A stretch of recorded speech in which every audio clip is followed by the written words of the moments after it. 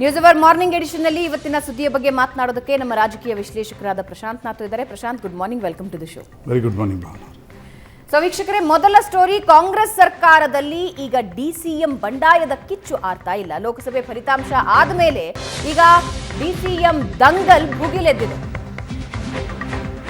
ಸಿದ್ದರಾಮಯ್ಯ ಡಿಕೆಶಿ ಬಣದ ಮಧ್ಯೆ DCM talk fight ಶುರುವಾಗಿದೆ.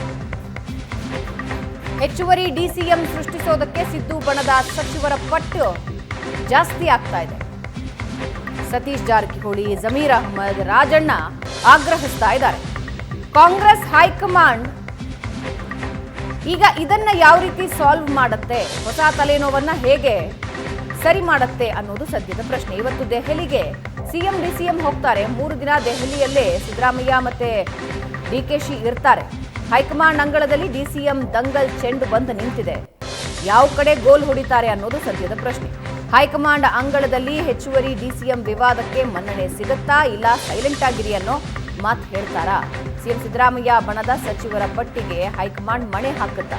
ದೆಹಲಿ ಭೇಟಿ ವೇಳೆಯಲ್ಲಿಯೇ ಹೈಕಮಾಂಡ್ ನಾಯಕರ ಭೇಟಿಗೂ ಸಚಿವರು ನಿರ್ಧರಿಸಿದ್ದಾರೆ. ದೆಹಲಿಯಲ್ಲೇ ವಾಸ್ತವ್ಯ ಹೂಡಿರುವ ಸಚಿವ ಸತೀಶ್ ಜಾರಕಿಹೊಳಿ ಇವತ್ತು ದೆಹಲಿಗೆ ಸಚಿವ ಮುನಿಯಪ್ಪ ಹೋಗ್ತಾರೆ. ಇನ್ನು ಕೆಲವು ಸಚಿವರು ದೆಹಲಿಗೆ ಹೋಗೋ ಸಾಧ್ಯತೆ ಇದೆ. ಇದೇ ವೇಳೆ ಡಿಸಿಎಂ ಹುದ್ದೆ ಸೃಷ್ಟಿ ಅನಿವಾರ್ಯತೆಯ ಬಗ್ಗೆ ಸಿಎಂ ಆಪ್ತ ಬಣ ವಿವರಿಸೋ ಸಾಧ್ಯತೆ ಇದೆ. ಸಚಿವರಿಂದ ಹೈಕಮಾಂಡ್ಗೆ ಮನವರಿಕೆ ಮಾಡಿಕೊಡೋ ಪ್ರಯತ್ನ ನಡೆಯುತ್ತೆ. ಭಾರಿ ಕುತೂಹಲ ಮೂಡಿಸ್ತಾ ಇದೆ ಕಾಂಗ್ರೆಸ್ ಹೈಕಮಾಂಡ್ನ ನಡೆ ಏನಾಗಿರುತ್ತೆ ಅಂತ. ಒತ್ತಾಯಕ್ಕೇನಾದರೂ ಮಣಿತಾರಾ? ಸಮುದಾಯವಾರು ಡಿಸಿಎಂ ಹುದ್ದೆ ಸೃಷ್ಟಿಯಾಗತ್ತಾ? ಅದಕ್ಕೆ ಡಿಕೆಶಿ ಒಪ್ಕೊಳ್ತಾರಾ?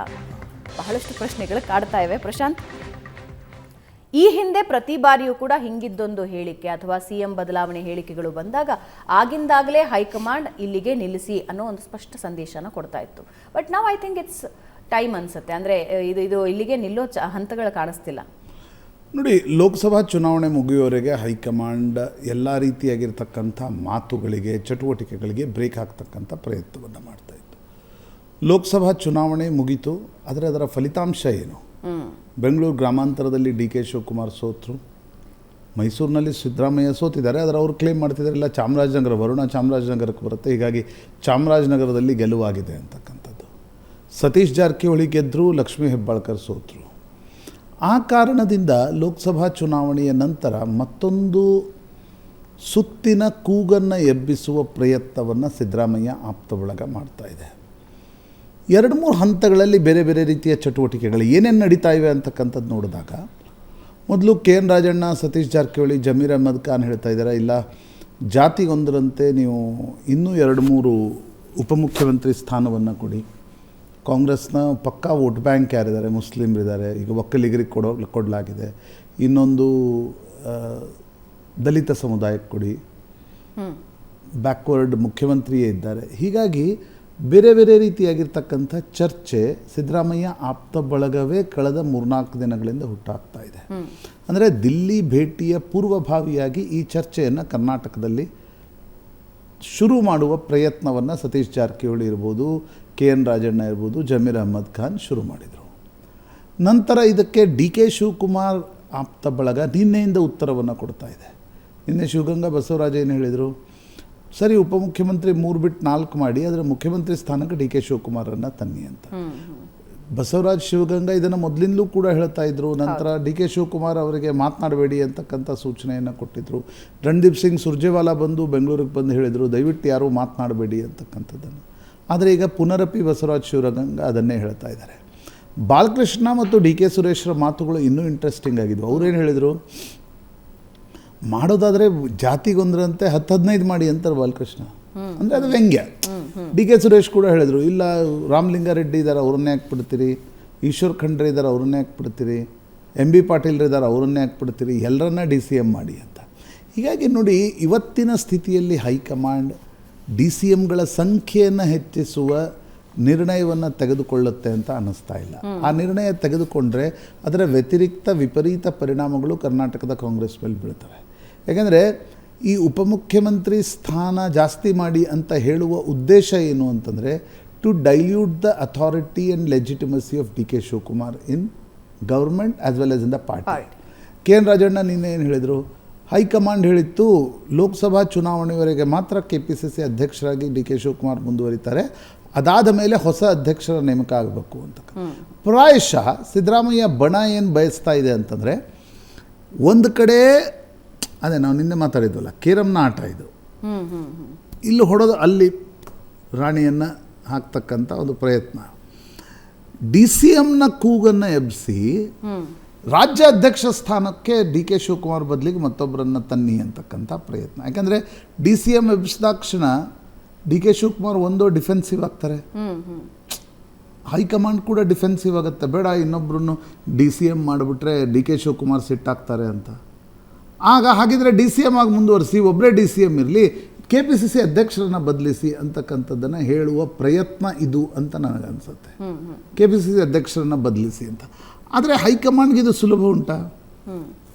ಜಿಲ್ಲಾ ಪಂಚಾಯತ್, ತಾಲೂಕ್ ಪಂಚಾಯತ್ ಚುನಾವಣೆಗಳಿವೆ. ನೋ ಡೌಟ್ DK ಶಿವಕುಮಾರ್ ಕರ್ನಾಟಕದ ಕಾಂಗ್ರೆಸ್ನಲ್ಲಿ ಇತ್ತೀಚಿನ ದಿನಗಳಲ್ಲಿ one of the best organiser, one of the best political manager ಅನ್ನುವ ಒಂದು ಆ ರೀತಿಯ ಬಿರುದಂತನಲ್ಲ ನಾನು, ಆ ರೀತಿಯಾಗಿರ್ತಕ್ಕಂಥ ಒಂದು ಇಮೇಜ್ DK ಶಿವಕುಮಾರ್ಗಿದೆ. ಕಾರ್ಯಕರ್ತರಿಗೆ ಕಾರ್ಯಕರ್ತರು DK ಶಿವಕುಮಾರನ್ನು ಇಷ್ಟಪಡ್ತಾರೆ. Siddaramaiah no doubt is a mass leader, ಆದರೆ ಆ ಮಾಸ್ ಲೀಡರ್ನ ಜೊತೆಗೊಬ್ಬ ಆರ್ಗನೈಸಿಂಗ್ ಕೆಪಾಸಿಟಿ ಇರತಕ್ಕಂಥ ಒಬ್ಬ ನಾಯಕ DK ಶಿವಕುಮಾರ್. ಹೀಗಾಗಿ KPCC ಅಧ್ಯಕ್ಷ ಸ್ಥಾನದಿಂದ ಅವರನ್ನು ತೆಗೆದ್ರೆ DK ಶಿವಕುಮಾರ್ ಸಹಜವಾಗಿ ಕೇಳ್ತಾರೆ, ಹಾಗಿದ್ರೆ ತೆಗೀರಿ, ಮುಖ್ಯಮಂತ್ರಿ ಯಾವಾಗ ಮಾಡ್ತೀರಿ ಅಂತ ಹೇಳಿ ಅಂತ.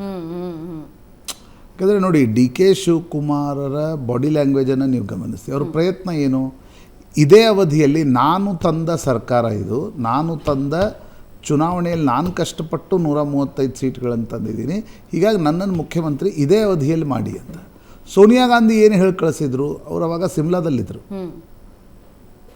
ವಿಡಿಯೋ ಕಾಲ್ನಲ್ಲಿ ಸೋನಿಯಾ ಗಾಂಧಿ DK ಶಿವಕುಮಾರ್ ನಡುವೆ ಮಾತುಕತೆ ನಡೀತು ಅಂತ ಹೇಳ್ತಾರೆ. ನಂತರ ಸೋನಿಯಾ ಗಾಂಧಿ ದಿಲ್ಲಿಗೆ ಬಂದರು. ರಾಹುಲ್ ಗಾಂಧಿ ಇದ್ದಾಗಲೂ ಕೂಡ DK ಶಿವಕುಮಾರರಿಗೆ ಗಾಂಧಿ ಕುಟುಂಬ ಒಂದು ಮಾತು ಕೊಟ್ಟಿದೆ ಅಂತ ಹೇಳ್ತಾರೆ. ಅದನ್ನು DK ಶಿವಕುಮಾರ್ ಆಪ್ತ ಬಳಗ ಹೇಳುತ್ತೆ. 2.5 ವರ್ಷನೋ 3 ವರ್ಷನೋ ಅದರ ಬಗ್ಗೆ ಕ್ಲಾರಿಟಿ ಇಲ್ಲ. ಸಿದ್ದರಾಮಯ್ಯ 2.5 ವರ್ಷ, DK ಶಿವಕುಮಾರ್ 2.5 ವರ್ಷ ಇರ್ತಾರೆ ಅಂತಕ್ಕಂಥದ್ದು. ಹಾಗಿದ್ದಲ್ಲಿ ಇನ್ನೊಂದು 1.5 ವರ್ಷ ಉಳಿದಿದೆ. DK ಶಿವಕುಮಾರ್ ಕೇಳ್ತಾರೆ, ಅದನ್ನು ಪಕ್ಕಾ ಮಾಡಿ, ನನ್ನನ್ನು KPCC ಅಧ್ಯಕ್ಷ ಸ್ಥಾನದಿಂದ ತೆಗೆಯೋದಿದ್ರೆ ಅದನ್ನು ಪಕ್ಕಾ ಮಾಡಿ. ಹೈಕಮಾಂಡ್ ಅದನ್ನು ಮಾಡುವ ಪ್ರಯತ್ನವನ್ನು ಮಾಡಿದಾಗ ಸಿದ್ದರಾಮಯ್ಯ ಆಪ್ತ ಬಣ ಏನಿದೆ ಅದು ಹೇಗೆ ರಿಯಾಕ್ಟ್ ಮಾಡುತ್ತೆ ಅಂತಕ್ಕಂಥದ್ದು ಕೂಡ ಬಹಳ ಮುಖ್ಯ ಆಗುತ್ತೆ. ಮೈಂಡ್ ಗೇಮ್ ನಡೆದಿವೆ ಭಾವನೆ, ಮೇಲ್ನೋಟಕ್ಕೆ ಕಾಣೋದು ಒಂದು ಮೈಂಡ್ ಗೇಮ್ ನಡೀತಾ ಇದೆ. ಇದರಿಂದ ಏನೋ ಒಂದು ನಿರ್ಧಾರ ಆಗ್ಬಿಡುತ್ತೆ ಹೈಕಮಾಂಡ್ನಿಂದ ಅಂತಲ್ಲ, ತುಂಬ ಬೇಗ. ಈಗ ನೋಡಿ, ಲಿಂಗಾಯತರ ಒಂದು ನಿಯೋಗ ಹೋಗಿದೆ, ಅದರದ್ದು ಮೂಲ ಉದ್ದೇಶ ಏನು? ಭೈರತಿ ಸುರೇಶ್ ಡಿಫ್ಯಾಕ್ಟೋ ಮುಖ್ಯಮಂತ್ರಿಯಾಗಿ ಕೆಲಸ ಮಾಡ್ತಾರೆ, ಅವ್ರು ನಮ್ಮ ಮಾತು ಕೇಳಲ್ಲ, ಹೀಗಾಗಿ ಅವರನ್ನು ಬದಲಿಸಿ ಆ ಇಲಾಖೆಯಿಂದ ಅಂತ ಲಿಂಗಾಯತರ ನಿಯೋಗ ಹೋಗಿದೆ. ಅದರ ಜೊತೆಗೆ ಲಿಂಗಾಯತರ ನಿಯೋಗ ಏನು ಕೇಳ್ತಾ ಇದೆ ನೋಡಿ, ಈಗ ವಿಜಯೇಂದ್ರ ಅಧ್ಯಕ್ಷರಾಗಿದ್ದಾಗಲೂ ಹೈದರಾಬಾದ್ ಕರ್ನಾಟಕದ 5 ಸೀಟ್ಗಳು ದಾವಣಗೆರೆ ಮತ್ತು ಚಿಕ್ಕೋಡಿಯನ್ನು ಕಾಂಗ್ರೆಸ್ ಗೆದ್ದಿದೆ. ಹೀಗಾಗಿ ನೀವು ಲಿಂಗಾಯತರಿಗೆ ಇನ್ನೊಂದಿಷ್ಟು ಪ್ರಾಮಿನೆನ್ಸ್ ಕೊಟ್ಟರೆ ಕಾಂಗ್ರೆಸ್ ಕಡೆ ಲಿಂಗಾಯತರು ಕೂಡ ವಾಲುವ ಸಾಧ್ಯತೆಗಳು ಜಾಸ್ತಿ ಇರ್ತವೆ. ಪ್ರಾಮಿನೆನ್ಸ್ ಕೊಡಿ. ಹೇಗೆ ಪ್ರಾಮಿನೆನ್ಸ್ ಕೊಡಿ? KPCC ಅಧ್ಯಕ್ಷ ಸ್ಥಾನವನ್ನು ಕೊಡಿ ಅಂತ ಕೇಳ್ತಾರೆ. ಈ ಲಿಂಗಾಯತರ ನಿಯೋಗ ಹೋಗಿದ್ದರ ಅರ್ಥವೇ KPCC ಅಧ್ಯಕ್ಷ ಸ್ಥಾನವನ್ನು ಲಿಂಗಾಯತರಿಗೆ ಕೊಡಿ. ಒಬ್ಬರು ಒಕ್ಕಲಿಗರು DCM ಇದ್ದಾರೆ, OBC ಮುಖ್ಯಮಂತ್ರಿ ಇದ್ದಾರೆ, KPCC ಅಧ್ಯಕ್ಷ ಸ್ಥಾನಕ್ಕೆ ಲಿಂಗಾಯತರು ಬಂದರೆ ಪೊಲಿಟಿಕಲ್ ಬ್ಯಾಲೆನ್ಸ್ ಆಗುತ್ತೆ, ಸೋಷಿಯಲ್ ಜಸ್ಟಿಸ್ ಆಗುತ್ತೆ ಅಂತಕ್ಕಂಥದ್ದನ್ನು ಕೇಳುವ ಪ್ರಯತ್ನವನ್ನು ಮಾಡ್ತಿದ್ದಾರೆ. ಯಾಕಂದರೆ AICC ಅಧ್ಯಕ್ಷರಾಗಿ ಖರ್ಗೆ ಇದ್ದಾರೆ, ದಲಿತ ಬಲಗೈ, OBC, ಒಕ್ಕಲಿಗ ಮತ್ತು ಲಿಂಗಾಯತ, ಈ ರೀತಿ ಬ್ಯಾಲೆನ್ಸ್ ಮಾಡಿ ಅಂತಕ್ಕಂಥದ್ದನ್ನು. ಯಾಕೆ ನನಗನ್ಸುತ್ತೆ ಇದೊಂದು ರೀತಿಯ ಒತ್ತಡವನ್ನು ಹೇರುವ ಪ್ರಯತ್ನದ ಮೂಲಕ DK ಶಿವಕುಮಾರರನ್ನು ಮತ್ತೊಮ್ಮೆ ಇಕ್ಕಟ್ಟಿಗೆ ಸಿಲುಕಿಸ್ತಕ್ಕಂಥ ಪ್ರಯತ್ನವನ್ನು ಸಿದ್ದರಾಮಯ್ಯ ಬಣ ಮಾಡ್ತಾ ಇದೆ. ಒಂದು ವೇಳೆ ಇಮ್ಯಾಜಿನ್ ಇನ್ನೂ 1.5 ವರ್ಷ DK ಶಿವಕುಮಾರ್ KPCC ಅಧ್ಯಕ್ಷರಾಗಿ ಮುಂದುವರೆದ್ರು ಅಂತ ಅಂದ್ಕೊಳ್ಳಿ, ಅವರ ಮುಖ್ಯಮಂತ್ರಿಯ ಕ್ಲೇಮ್ ಏನಿದೆ ಅದಕ್ಕೆ ಇನ್ನಷ್ಟು ಲೆಜಿಟಿಮಸಿ ಬರುತ್ತೆ. ಯಾಕಂದರೆ KPCC ಅಧ್ಯಕ್ಷರಾಗಿರೋದ್ರಿಂದ ಶಾಸಕರ ಬೆಂಬಲ ಕೂಡ DK ಶಿವಕುಮಾರ್ಗೆ ಜಾಸ್ತಿ ದೊರಕುತ್ತೆ. ಸಿದ್ದರಾಮಯ್ಯನವರಷ್ಟು ಶಾಸಕರ ಬೆಂಬಲ DK ಶಿವಕುಮಾರ್ಗೆ ಇರಲಿಕ್ಕಿಲ್ಲ. ಆದರೆ KPCC ಅಧ್ಯಕ್ಷರಾಗಿರೋದ್ರಿಂದ ಅವರಿಗೆ ನಿರ್ಣಯ ತೆಗೆದುಕೊಳ್ಳತಕ್ಕಂಥ ಒಂದು ಸಾಮರ್ಥ್ಯ ಇದ್ದೇ ಇರುತ್ತೆ. The day he will not be KPCC president, ಅವ್ರದ್ದು ಎಷ್ಟು ನಡೆಯುತ್ತೆ ಅನ್ನೋದನ್ನು ಹೇಳೋಕ್ಕೆ ಸಾಧ್ಯ ಆಗಲ್ಲ ಕಾಂಗ್ರೆಸ್ನಲ್ಲಿ. ಆ ಕಾರಣದಿಂದ ನನಗನ್ಸುತ್ತೆ ಈ ಮೈಂಡ್ ಗೇಮ್ ನಡೆದಿದೆ. ಈ ಡಿ ಸಿ ಎಮ್ ಕೂಗು ಏನಿದೆ ಇದು ಗೊತ್ತಿದೆ ಎಲ್ರಿಗೂ, ಡಿ ಸಿ ಎಮ್ ಮಾಡಲ್ಲ ಅಂತ. ಬಟ್ KPCC ಅಧ್ಯಕ್ಷ ಸ್ಥಾನದಿಂದ DK ಶಿವಕುಮಾರನ್ನ ತೆಗೆದು ಮತ್ತೊಬ್ಬರನ್ನ ತರುವ ಪ್ರಯತ್ನವನ್ನು ಸಿದ್ದರಾಮಯ್ಯ ಬಣ ಮಾಡ್ತಾ ಇದೆ ಅಂತ ಅನ್ಸುತ್ತೆ. DK ಶಿವಕುಮಾರ್ ಈಗ ನೀವೀಗಾಗಲೇ ಹೇಳಿದ್ರಿ CM ಯಾವಾಗ ಮಾಡ್ತೀರಿ ಅದ್ರ ಬಗ್ಗೆ ಪಕ್ಕಾ ಹೇಳಿ ಅಂತ. ಬಟ್ ಈಗ ಹುಟ್ಕೊಂಡಿರೋ ಈ ಕೂಗಿಗೆ DK ಶಿವಕುಮಾರ್ ಅವರ ದಾಳ ಏನಾಗಿರುತ್ತೆ?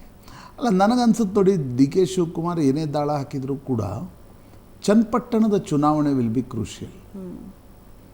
ಯಾಕಂದರೆ ಬೆಂಗಳೂರು ಗ್ರಾಮಾಂತರ ಸೋತ ನಂತರ DK ಶಿವಕುಮಾರರ ಒಂದು ಕ್ಲೇಮ್ ಏನಿದೆ ಅದರಲ್ಲಿ ಸ್ವಲ್ಪ ಮಟ್ಟಿಗಿನ ಆಸಿಲೇಟಿಂಗ್ ಇದೆ. ಆ ಒಂದು ಮುಖ್ಯಮಂತ್ರಿ ಕ್ಲೇಮ್ ಸರಿ, DK ಶಿವಕುಮಾರನ್ನು ಮಾಡಿದರೆ ಕುರುಬರು ದೂರ ಹೋದರೆ, ಕರೆಕ್ಟ್, ಅಹಿಂದ ವರ್ಗಗಳು ದೂರ ಹೋದರೆ, ಕಾಂಗ್ರೆಸ್ಗೆ ಪರಂಪರಾಗತವಾಗಿ ಅಹಿಂದ ವರ್ಗಗಳಿವೆ. ಆದರೆ ಸಿದ್ದರಾಮಯ್ಯ ಕಾರಣದಿಂದ ಏನು ಇವತ್ತು ಕುರುಬರು 90% 85% ವಿಧಾನಸಭಾ ಚುನಾವಣೆಯಲ್ಲಿ ಓಟ್ ಹಾಕ್ತಾರೆ, ಅವು ದೂರ ಹೋದರೆ ಏನು ಮಾಡೋದು? ಮತ್ತು ಒಕ್ಕಲಿಗರ ಮುಖ್ಯಮಂತ್ರಿ ಅಂತ ಆದಾಗ ಅದರಲ್ಲಿ ಕುಮಾರಸ್ವಾಮಿಯವರ ಒಕ್ಕಲಿಗರ ವೋಟ್ ಬ್ಯಾಂಕ್ ಕೂಡ ಗಟ್ಟಿಯಾಗಿದೆ. 50% 55% ವೋಟ್ ತೆಗೆದುಕೊಳ್ತಾರೆ ಕುಮಾರಸ್ವಾಮಿ. ಮೊನ್ನೆ ಚುನಾವಣೆಯಲ್ಲಿ ಕೆಲ ಸರ್ವೆಗಳು ಹೇಳ್ತಾ ಇರೋದು 60-65%ವರೆಗೆ ತೆಗೆದುಕೊಂಡಿದ್ದಾರೆ ಅಂತಕ್ಕಂಥದ್ದು. ಹೀಗಾಗಿ ಕಾಂಗ್ರೆಸ್ಗೂ ಕೂಡ ಇದೊಂದು ಆತಂಕದ ವಿಷಯವೇ. DK ಶಿವಕುಮಾರನ ಮುಖ್ಯಮಂತ್ರಿ ಮಾಡೋದು ವೋಟ್ ಬ್ಯಾಂಕ್ನ ದೃಷ್ಟಿಯಿಂದ ತುಂಬ ಸುಲಭ ಇಲ್ಲ. You need to do lot of social justice. DCM ಈಗ ಹೇಳಿದಂತೆ ಬೇರೆ ಬೇರೆ DCMಗಳನ್ನು ಮಾಡಬೇಕಾಗತ್ತೆ. ಭಾಳ ಸೋಷಿಯಲ್ ಜಸ್ಟಿಸ್ ಎಕ್ಸಸೈಸನ್ನು ಕಾಂಗ್ರೆಸ್ ಮಾಡಬೇಕಾಗತ್ತೆ. ಯಾಕಂದರೆ Siddaramaiah is one of the tallest mass leaders of Karnataka Congress. ಯಾಕಂದರೆ ಕುರುಬರು ಓಟ್ ತರ್ತಾರೆ, ಜಾತಿಯಿಂದ ಬರೀ ಕುರುಬರು ತರಲ್ಲ, ಅವರು ಬೇರೆ ಬೇರೆ ಹಿಂದುಳಿದ ವರ್ಗಗಳ ಓಟ್ ತರ್ತಾರೆ. ನ್ಯಾಚುರಲಿ ಸಿದ್ದರಾಮಯ್ಯ ಕಾರಣದಿಂದ ಮುಸ್ಲಿಂ ವೋಟ್ಗಳು ಕಾಂಗ್ರೆಸ್ ಹತ್ತ ಗ್ರಾವಿಟೇಟ್ ಆಗಿವೆ. JDS ಬಿಟ್ಟು ಕಾಂಗ್ರೆಸ್ ಹತ್ತ ಜಾಸ್ತಿ ಬರಲಿಕ್ಕೆ ಸಿದ್ದರಾಮಯ್ಯ ಸೆಕ್ಯುಲರ್ ಕ್ರೆಡೆನ್ಷಿಯಲ್ಸ್ ಕಾರಣ, ಅದರಲ್ಲೇನು ಸ್ಪಷ್ಟತೆ ಇದೆ. ಹೀಗಿರುವಾಗ DK ಶಿವಕುಮಾರನ್ನು ಮುಖ್ಯಮಂತ್ರಿ ಮಾಡಿದ ಕ್ಷಣ ಕಾಂಗ್ರೆಸ್ನ ಪರಂಪರಾಗತ ಮತಗಳು ಛಿದ್ರ ಆದರೆ ಏನು ಮಾಡೋದು? ಇದು ಹೈಕಮಾಂಡನ್ನು ಯಾವತ್ತೂ ಕಾಡುವ ಪ್ರಶ್ನೆ. ಈ ಪ್ರಶ್ನೆಗೆ ಉತ್ತರ ಕಂಡುಕೊಳ್ಳದೆ DK ಶಿವಕುಮಾರ್ ಮುಖ್ಯಮಂತ್ರಿ ಮಾಡೋದು ಕಷ್ಟ.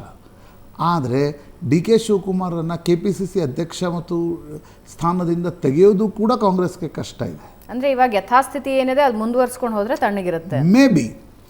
ಆದರೆ ಈ ಮೈಂಡ್ ಗೇಮ್ಗಳು ಹೇಗೆ ನಡೀತಾವೆ ನೋಡಿ, ಈಗ ಎಷ್ಟು ಸಾಧ್ಯವೋ ಅಷ್ಟು DK ಶಿವಕುಮಾರನ್ನು ವೀಕ್ ಮಾಡ್ತಕ್ಕಂಥ ಪ್ರಯತ್ನ. ಯಾಕಂದರೆ ನಿಮ್ಮ ಚನ್ನಪಟ್ಟಣದ ಚುನಾವಣೆಯಲ್ಲಿ DK ಶಿವಕುಮಾರ್ ಕೂಡ ಗೆಲ್ಲಬೇಕಾದ್ರೆ ಒಕ್ಕಲಿಗರ ಮತಗಳು ಡಿವೈಡ್ ಆಗ್ತವೆ. ಯೋಗೇಶ್ವರ್ ನಿಲ್ಲಿ, ಕುಮಾರಸ್ವಾಮಿ ನಿಲ್ಲಿ, DK ಶಿವಕುಮಾರ್ ನಿಲ್ಲಿ. ಒಕ್ಕಲಿಗರ ಮತಗಳೇನು ಒನ್ ಸೈಡೆಡ್ ಬರೋಲ್ಲ, ನಾನ್ ಒಕ್ಕಲಿಗ ವೋಟ್ ಏನಾಗ್ತವೆ ಅದು ಮುಖ್ಯ ಆಗುತ್ತೆ. ಆ ದೃಷ್ಟಿಯಿಂದ ಕೂಡ ಚನ್ನಪಟ್ಟಣದ ಚುನಾವಣೆ DK ಶಿವಕುಮಾರ್ಗೆ ಬಹಳ. ಹಾಗಾಗಿ ನನಗನ್ಸುತ್ತೆ ಅವರು ಒಂದು ರೀತಿ ಅವ್ರನ್ನ ಪ್ರವೋಕ್ ಮಾಡ್ತಕ್ಕಂಥ ಪ್ರಯತ್ನ ಜಮೀರ್ ಅಹ್ಮದ್ ಖಾನ್, ಸತೀಶ್ ಜಾರಕಿಹೊಳಿ, ರಾಜಣ್ಣ ಮಾಡ್ತಾ ಇದ್ದಾರೆ. ಆದರೆ DK ಶಿವಕುಮಾರ್ ಅವ್ರಿಗೆ ಪರೀಕ್ಷೆ ಇರತಕ್ಕಂಥದ್ದು ಇದಲ್ಲ, ಅವರ ಪರೀಕ್ಷೆ ಇರತಕ್ಕಂಥ ಚನ್ನಪಟ್ಟಣದಲ್ಲಿ. ಬೆಂಗಳೂರು ಗ್ರಾಮಾಂತರದ ಸೋಲಿನ ನಂತರ ಚನ್ನಪಟ್ಟಣ ಮತ್ತೆ ಗೆದ್ದರೆ DK ಶಿವಕುಮಾರ್ ಕ್ಲೇಮ್ ಗಟ್ಟಿಯಾಗುತ್ತೆ. ಚನ್ನಪಟ್ಟಣ ಸೋತ್ರೆ DK ಶಿವಕುಮಾರ್ ಕ್ಲೇಮ್ ಇನ್ನಷ್ಟು ಸಡ್ಲಾಗುತ್ತೆ. ಪ್ರಶಾಂತ್, ನನ್ನ ಪ್ರಶ್ನೆ ಏನಂದರೆ, we have very less time but still ಕೇಳ್ತಾ ಇದ್ದೀನಿ. ಲೋಕಸಭಾ ಚುನಾವಣೆಯ ಲೋಕಸಭಾ ಕ್ಷೇತ್ರದ ವ್ಯಾಪ್ತಿ ಬಹಳ ದೊಡ್ಡದು. ಚನ್ನಪಟ್ಟಣ, ನೀವು ಅದನ್ನು ಹೆಂಗೆ ಕೌಂಟ್ ಮಾಡ್ತೀರಿ? ಅದರ ಗೆಲುವು ಸ್ಟೇಕ್ಸ್ ಹೈ ಮಾಡುತ್ತೆ ಅಂತ ನೋಡಿ. Politics end of the day ಹಳೆ ಮೈಸೂರು ಭಾಗದ ಮೇಲೆ ನಿಮ್ಮ ನಿಯಂತ್ರಣ ಇದೆಯಾ ಅನ್ನೋದು ಪ್ರಶ್ನೆಗೆ ಬರುತ್ತೆ. Politics is always A perception. ಒಂದು ಚುನಾವಣೆಯ ಸೋಲು ಮತ್ತು ಗೆಲುವು ಆ ಪರ್ಸೆಪ್ಷನನ್ನು ಡ್ರೈವ್ ಮಾಡುತ್ತೆ. ಈಗ ಚನ್ನಪಟ್ಟಣದ ಪೊಲಿಟಿಕಲ್ ಸಿಗ್ನಿಫಿಕೆನ್ಸ್ ಏನು? ಕುಮಾರಸ್ವಾಮಿ ತೆರವು ಮಾಡಿರ್ತಕ್ಕಂಥ ಕ್ಷೇತ್ರ, DK ಶಿವಕುಮಾರ್ ಅವರ ಸ್ವಂತ ಜಿಲ್ಲೆ ರಾಮನಗರದಲ್ಲಿ ಬರ್ತಕ್ಕಂಥ ಒಂದು ಕ್ಷೇತ್ರ. ಹೀಗಾಗಿ ಆ ಕ್ಷೇತ್ರ ಈಗ ಅಲ್ಲಿ ಪ್ರತಿಷ್ಠೆ ಅಂತ ಹೋಗ್ತಾ ಇರೋದು DK ಶಿವಕುಮಾರ್ ಅವರು. ಯಾಕಂದರೆ ಅವ್ರಿಗೇನು ಅನ್ನಿಸ್ತಾ ಇದೆ, ಬೆಂಗಳೂರು ಗ್ರಾಮಾಂತರದ ಸೋಲಿನ ನಂತರ ಅವ್ರಿಗೆ ಅನಿಸ್ಬಿಟ್ಟಿದೆ ನನ್ನ ಕ್ಲೇಮ್ ಸ್ವಲ್ಪ ಸಡ್ಲಾದಂಗೆ ಆಗಿದೆ ಅಂತ. ಹೀಗಾಗಿ ಅವರು ಚನ್ನಪಟ್ಟಣದಲ್ಲಿ ಶತಾಯಗತಾಯ ಗೆಲ್ಲುವ ಪ್ರಯತ್ನವನ್ನು ಮಾಡ್ತಾಯಿದ್ದಾರೆ. ಈ ಒಕ್ಕಲಿಗರ ಆಧಿಪತ್ಯ, ಲಿಂಗಾಯತರ ಆಧಿಪತ್ಯ ಆಗಿಂದಾಗ ಬರುವ ಚುನಾವಣೆಗಳು ಆ ಪರ್ಸೆಪ್ಷನನ್ನು ಡ್ರೈವ್ ಮಾಡ್ತವೆ. ಈಗ ಶಿಗ್ಗಾಂವ್ನಲ್ಲಿ ಗೆಲುವು ಸೋಲು ಬೊಮ್ಮಾಯಿ ಮತ್ತು ಯಡಿಯೂರಪ್ಪನವ್ರಿಗೆ ಭಾಳ ಮುಖ್ಯ ಅಲ್ವಾ? ಉಪಚುನಾವಣೆಯ ಸೋಲಾಗತ್ತಾ ಗೆಲುವಾಗತ್ತಾ ಅಂತಕ್ಕಂಥದ್ದು ಭಾಳ ಮುಖ್ಯ. ನೀವು ಲಿಂಗಾಯತರ ಒಂದು ಕ್ಷೇತ್ರವನ್ನು ಉಳಿಸ್ಕೊಳ್ತಿರೋ ಇಲ್ವೋ ಅಂತಕ್ಕಂಥದ್ದು ಭಾಳ ಮುಖ್ಯ.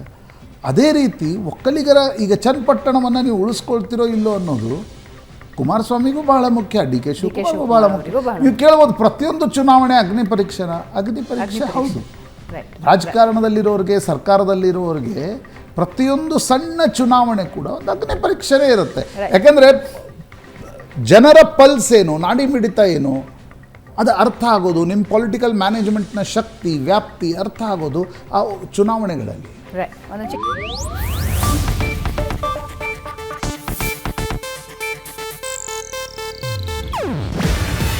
ಇದು ಏಷ್ಯಾನೆಟ್ ನ್ಯೂಸ್ ನೆಟ್ವರ್ಕ್ ಪ್ರಸ್ತುತಿ. ನೀವು ನೋಡ್ತಿದ್ದೀರಾ ಏಷ್ಯಾನೆಟ್ ಸುವರ್ಣ ನ್ಯೂಸ್.